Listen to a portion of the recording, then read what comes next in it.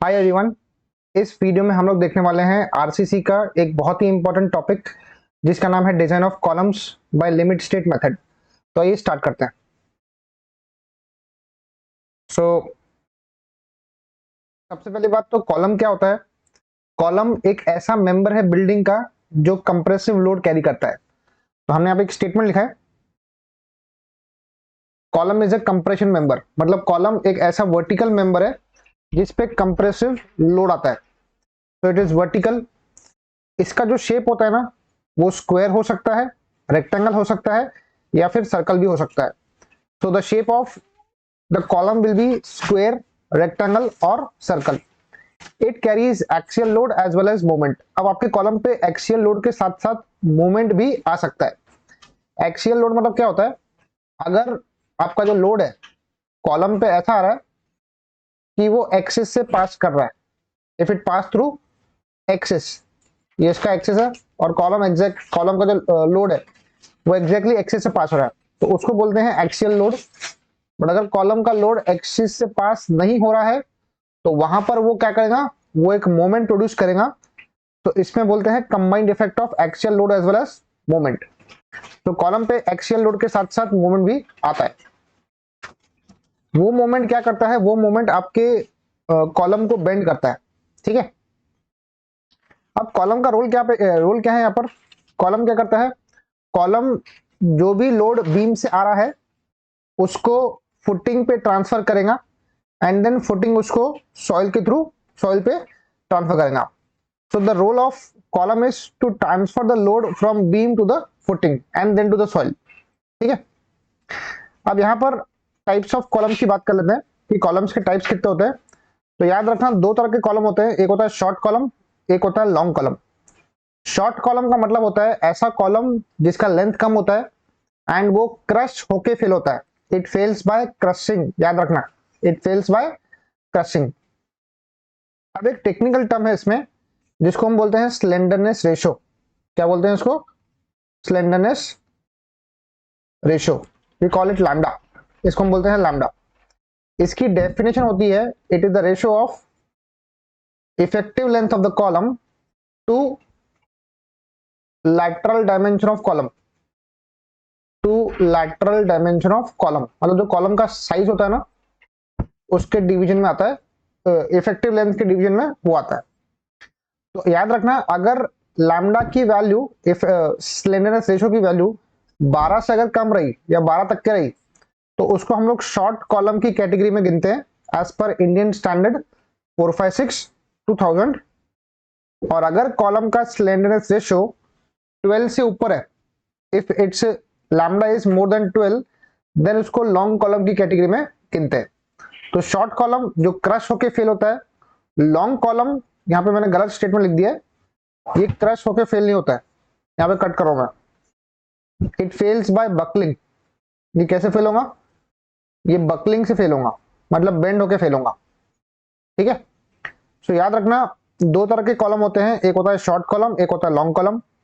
Short column आपका bend, आपका crush होके फेल होता है। लॉन्ग कॉलम बकल होके फेल होता है, मतलब वर्टिकली बेंड करता है। शॉर्ट कॉलम में स्लेंडरनेस रेशो की वैल्यू 12 से कम होती है, इसकी वैल्यू 12 से ऊपर होती है। ठीक है। अब कॉलम आपने देखा होगा आपके बिल्डिंग्स में, ये एक वर्टिकल मेंबर होता है। तो ये जो है ना, ये सारे कॉलम्स है, दीज आर ऑल कॉलम्स। ये भी कॉलम है, ये भी कॉलम है, तो दीज आर ऑल कॉलम्स।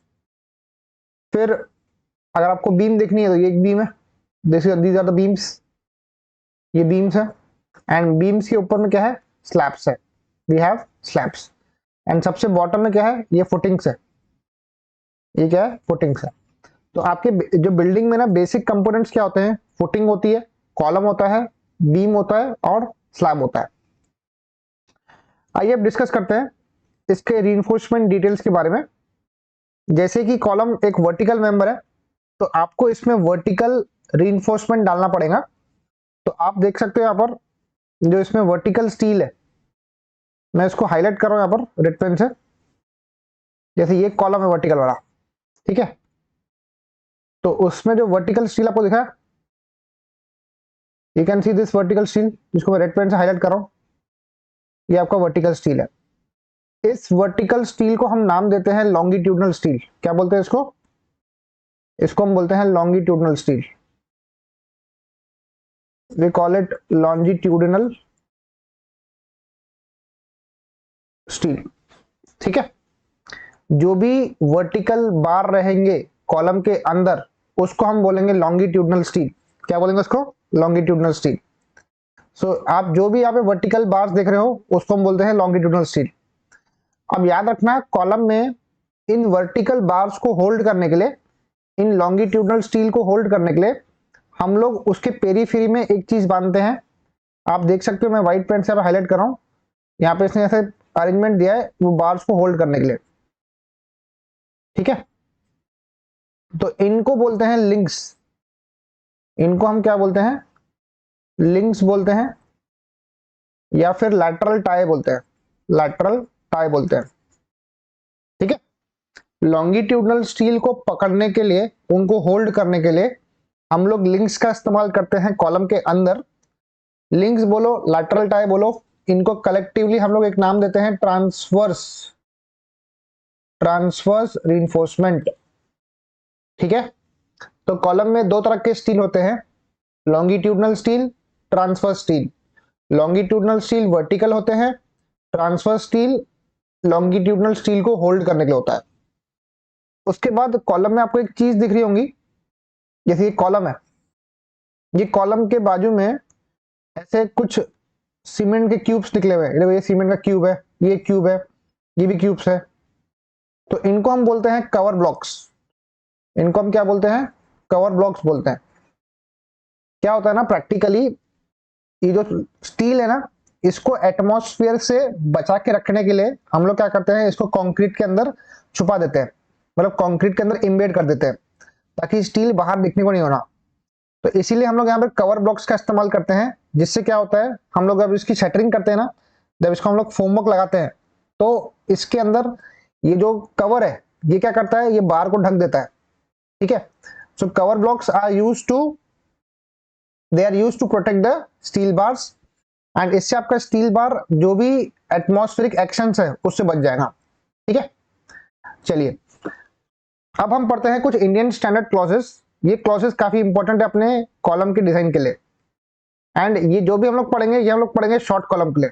अभी हाल फिलहाल अपनी स्टडी शॉर्ट कॉलम पे है। तो पहला पॉइंट अपने को ये पढ़ना है कि minimum percentage of steel column में कितना रखना है। कॉलम के अंदर मिनिमम परसेंटेज ऑफ स्टील कितना रखना है? वो रखना है 0.8%। ये अपने को आईएस कोड में दिया हुआ है, तो मैं आपको एक बार दिखा देता हूं। आईएस कोड का पेज नंबर 48 के आसपास है।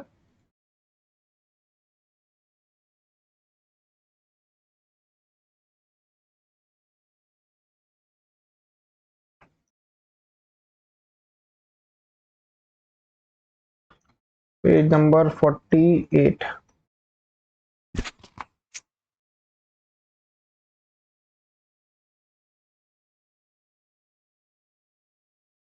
Yes, page 48 clause number 26.5.3। यहां पर पहले मैं क्लॉज नंबर लिख लेता हूं आपके लिए, ये बी स्टूडेंट को काम आता है। Clause number 26.5.3।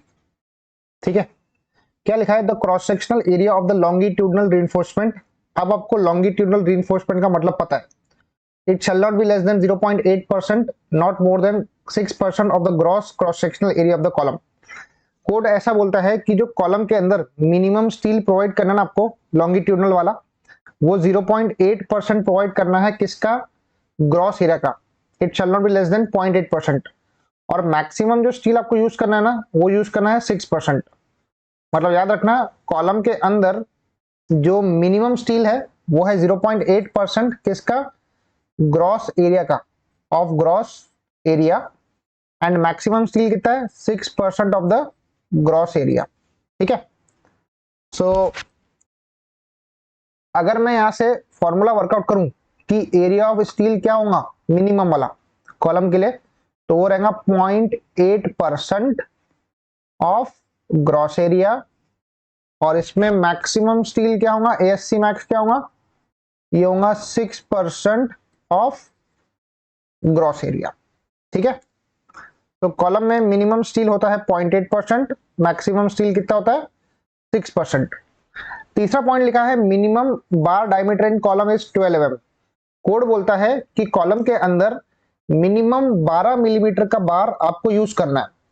आप यहां देख सकते हो the minimum number of the bar shell not be less then 12 mm in diameter, मतलब कॉलम के अंदर 12 mm से कम का बार प्रोवाइड नहीं करना है। ठीक है, नेक्स्ट पॉइंट है मिनिमम नंबर ऑफ बार्स। अब मिनिमम नंबर ऑफ बार्स कितने डालने हैं स्क्वायर कॉलम में या फिर रेक्टेंगल कॉलम में, तो याद रखना स्क्वायर बोलो रेक्टेंगल बोलो, दोनों में आपको 4 बार्स मिनिमम डालने ही है। 1 2 3 4। You have to provide minimum 4 bars, और सर्कल वाले केस में आपको 6 बार्स तो मिनिमम लग गई है। ठीक है, ये भी क्लॉज यहाँ पे मेंशन्ड है, the minimum number of longitudinal bar provided in column shall be 4 in rectangle 6 in circular column.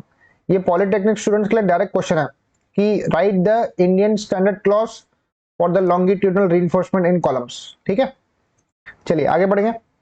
Last point है इसका maximum spacing of the longitudinal bar, ये रहेगा 300 मिलीमीटर। मतलब इसके इन बार्स के बीच की जो मैक्सिमम स्पेसिंग है वो 300 से ज्यादा नहीं होना।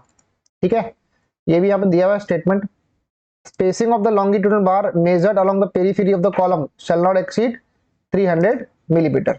ठीक है, तो लॉन्गिट्यूडनल बार का स्पेसिंग 300 मिलीमीटर से कम होना चाहिए या उससे ज्यादा नहीं होना चाहिए। अब हम लोग पढ़ते हैं Indian standard clause for transverse reinforcement. Transverse reinforcement का मतलब क्या होता है, जो भी हम लोग इसमें लिंक्स प्रोवाइड करते हैं या लैटरल टाई प्रोवाइड करते हैं ना, लैटरल टाइस, उनको हम बोलते हैं ट्रांसवर्स रीइंफोर्समेंट। तो मैं एक बार वापस से हाईलाइट कर देता हूं, ये जो आपको दिख रहा है, ठीक है, एक second, you can see these are called lateral tie, lateral ties, और इनको बोलते हैं लिंक्स। ठीक है, अब इसका जो भी प्रोविजन है ना कोड में दिया हुआ है, मैंने वहीं से स्क्रीनशॉट लिया है, पेज 42 के आसपास है।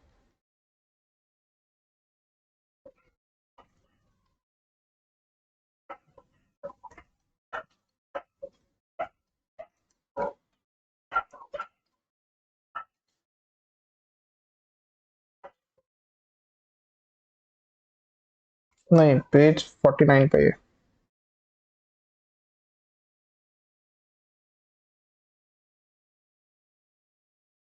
यस, ये है pitch and the diameter of the lateral tie. सबसे पहले हम डिस्कस करते हैं डायमीटर के बारे में। आप इसका पेज नंबर नोट कर लो, आईएस कोड का पेज नंबर 49 है। This is given in page number 49 of IS code. क्या लिखा है डायमीटर क्लॉज, लिखा है the diameter of the polygonal link और the lateral tie shall not be less than 1/4, याद रखना 1/4 of the largest longitudinal bar. मतलब लिंक का जो डायमीटर है ना, यहां लिख रहा हूं मैं, लिंक का diameter 1/4 of the largest longitudinal bar से छोटा होना चाहिए। ठीक है, and in no case less than 16 लिखा है यहाँ पर, एक्चुअली वो 6 चाहिए यहाँ पर, 16 नहीं, वो वहां पे कोड में करेक्शन है, 16 को काट के 6 करना या फिर 6 mm, इससे कम नहीं होने को ना। ठीक है, तो याद रखना कॉलम के अंदर जो लिंक का डायमीटर है वो है 1/4 ऑफ द लार्जेस्ट लॉन्गिट्यूडनल बार या फिर 6 mm, दोनों में से आपको बड़ा वाला वैल्यू चूज करना है। ठीक है, नेक्स्ट है पिच। नेक्स्ट कंसेप्ट क्या है, पिच। अब पिच का मतलब होता है स्पेसिंग, स्पेसिंग, पिच का मतलब होता है स्पेसिंग, मतलब दो लैटरल टाई के बीच का स्पेसिंग क्या होना चाहिए। जैसे ये एक लैटरल टाई है, ये एक लैटरल टाई है, दोनों के बीच का स्पेसिंग क्या है, उसको हम लोग पिच बोलते हैं, उसको हम लोग क्या बोलते हैं, पिच बोलते हैं। तो पिच का क्लॉज क्या दिया है, सबसे पहला least lateral dimension of the compression member, मतलब कॉलम का साइज मिनिमम वाला। दूसरा है 16 times the smallest longitudinal reinforcement bar to be tied, मतलब 16 टाइम्स स्मॉलेस्ट लॉन्गिट्यूडनल बार, मतलब जो लॉन्गिट्यूडनल बार का सबसे छोटा वाला डायमीटर रहेगा ना, उसके साथ 16 को मल्टीप्लाई करना है। और आखिरी है 300। आपको इन सब में से लीस्ट वैल्यू चूज करनी है। ठीक है, चलिए अब हम आगे बढ़ते हैं। नेक्स्ट एक क्लॉज है जो कि कोड के पेज नंबर 73 पे दिया हुआ है, आइए देखते हैं। अच्छा, इस टॉपिक का नाम है ultimate load carried by the short column, मतलब कॉलम, शॉर्ट कॉलम कितना लोड कैरी कर सकता है उसका भी प्रोविजन इंडियन स्टैंडर्ड 456 में दिया हुआ है। तो आइए पहले चेक कर लेते हैं।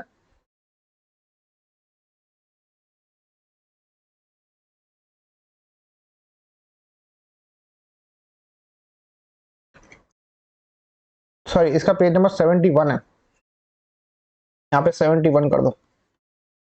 ठीक है, क्लॉज नंबर है 39.3। तो क्लॉज नंबर है 39.3। पहले एक बार स्टेटमेंट रीड कर लेते हैं। क्या लिखा है? The member shell be design by considering the assumptions given in 39.1। अभी कोड ने क्या किया, कुछ अजम्पशंस दिए हैं, वो हम बाद में डिस्कस करेंगे कि कुछ अजम्पशंस है कॉलम के डिजाइन के लिए।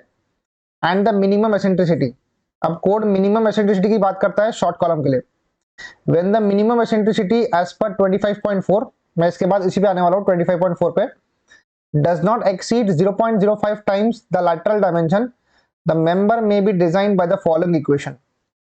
वो बोलता है कि अगर मिनिमम एसेंट्रिसिटी छोटी है किससे, 0.05 टाइम्स लैटरल डायमेंशन से, ठीक है, जैसे मान लो कॉलम का साइज है बी या फिर डी, अगर उससे छोटी है ई मिनिमम की वैल्यू, तब लोड कैरिंग कैपेसिटी का फॉर्मूला क्या है, पीयू इक्वल टू 0.4 एफसी के AC plus 0.67 F Y SC. ये बहुत ही इंपॉर्टेंट इक्वेशन है, हम लोग हर क्वेश्चन में इसको यूज करने वाले हैं। पीयू, इसको आप फैक्टर लोड बोल दो या लोड कैरिंग कैपेसिटी बोलो, एक ही बात है। एसी मतलब एरिया ऑफ कंक्रीट होता है, area of concrete. And ASC का मतलब होता है area of steel in compression, area of steel in compression. ठीक है, तो फैक्टर्ड लोड मतलब ultimate load carried by the short column is given by this formula as per the clause number क्या है 39.3। पॉली स्टूडेंट्स को clause number लिखना compulsory नहीं है, आपको डायरेक्टली इक्वेशन याद रखनी है। बी स्टूडेंट्स को पेज नंबर याद रखना है और क्लॉज नंबर याद रखना है।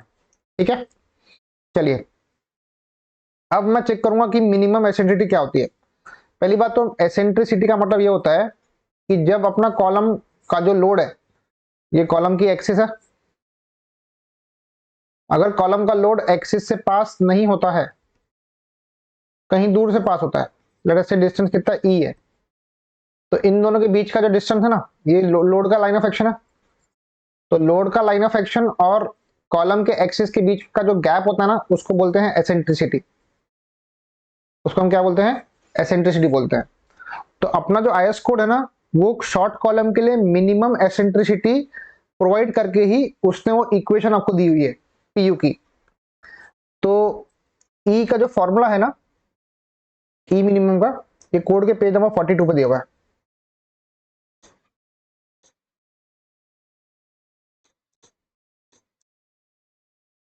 पेज 42 पे इन लोगों ने मिनिमम एसेंट्रिसिटी का फॉर्मूला दिया है।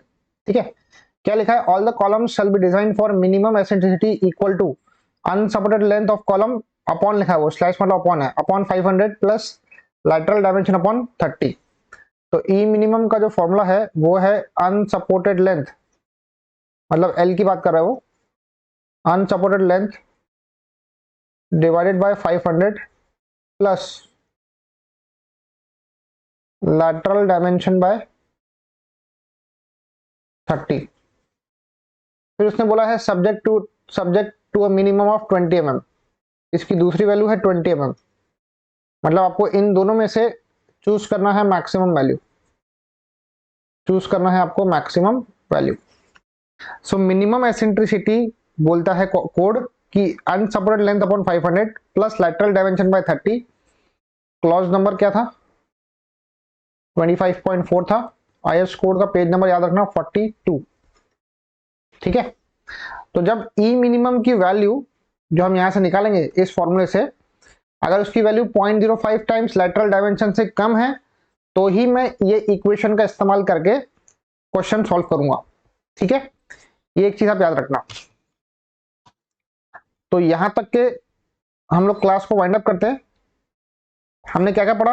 हमने पढ़ा कि कॉलम क्या होता है। कॉलम एक वर्टिकल मेंबर होता है। कॉलम में दो प्रकार के स्टील होते हैं, एक होता है लॉन्गिट्यूडनल स्टील और एक होता है लैटरल स्टील। तो एक होता है ट्रांसवर्स रीइंफोर्समेंट, जिसको हम लोग लिंक्स बोलते हैं। कॉलम से हम लोग कवर ब्लॉक्स प्रोवाइड करते हैं। उसके बाद कॉलम में मिनिमम स्टील कितना होता है? 0.8%। मैक्सिमम स्टील कितना होता है? 6%। कॉलम में मिनिमम बार का डायमीटर कितना होता है? 12 का। कॉलम में मिनिमम नंबर ऑफ बार्स कितने होते हैं? 4 for square rectangle, 6 for circle. Column में मैक्सिमम स्पेसिंग कितनी होती है लॉन्गिट्यूडनल बार के बीच में? 300। कॉलम में ट्रांसफर रीइंफोर्समेंट का क्राइटेरिया हमने पढ़ा।